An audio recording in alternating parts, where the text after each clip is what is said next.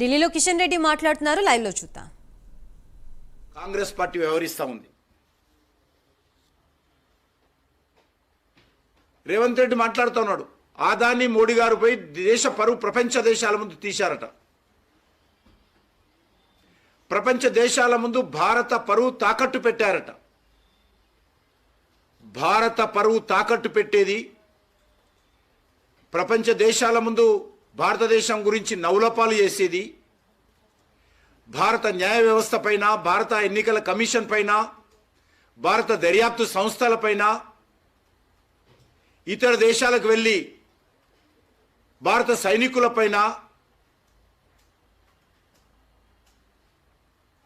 గౌరవం తగ్గించే విధంగా, పరువు తీసే విధంగా, ప్రజాస్వామ్య వ్యవస్థను ఇతర దేశాల్లో నవలోపాలు చేసే విధంగా మాట్లాడే అలవాటు మీ నాయకుడైనటువంటి రాహుల్ గాంధీకి ఉన్నది. ఇటీవల ఇతర దేశాలకు వెళ్ళి ఏ రకంగా మాట్లాడాడు. ఈరోజు జార్జి స్వరాజ్ అనేటువంటి సంస్థ ఆ వ్యక్తితో కుమ్ముక్కై ఈరోజు భారతదేశం యొక్క పరువును ప్రపంచ దేశాల ముందు తీసే ప్రయత్నం చేశారు. చివరకు కాంగ్రెస్ పార్టీ నవ్వులపాలైంది. జార్జ్ అనే వ్యక్తితో కుమ్ముక్కై ఆయనతో అనేక రకాల అవినీతి ఆరోపణలు చేయించేటువంటి ప్రయత్నము చేసి ఏ రకంగా నవ్వులపాలయ్యారో, ఏ రకంగా గాలి మాటలు మాట్లాడి గత్తర మాటలు చెప్పి ఏ రకంగా కాంగ్రెస్ పార్టీ ఆగమగమైందో మనం చూస్తున్నాం.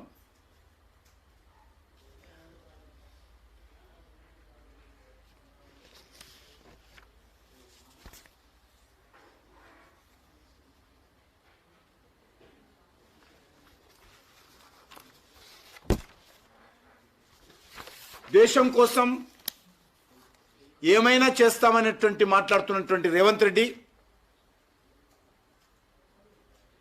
ఆధారాలు లేనటువంటి ఆరోపణలు చేస్తే ఏ ఒక్క దేశ పౌరుడు కూడా కాంగ్రెస్ పార్టీ చర్యలను సమర్థించడం మనం చేస్తా ఉన్నాం. నిన్నగాక మొన్న జరిగినటువంటి మహారాష్ట్ర ఎలక్షన్స్, అంతకుముందు జరిగినటువంటి హర్యానా ఎలక్షన్స్, అంతకుముందు జరిగినటువంటి జమ్మూ కాశ్మీర్ ఎలక్షన్స్, 6 నెలల క్రితం జరిగినటువంటి పార్లమెంట్ ఎన్నికలు, వరుసగా అన్ని ఎన్నికల్లో ఒకటి తర్వాత ఒకటి ఓడిపోతూ ప్రజలలో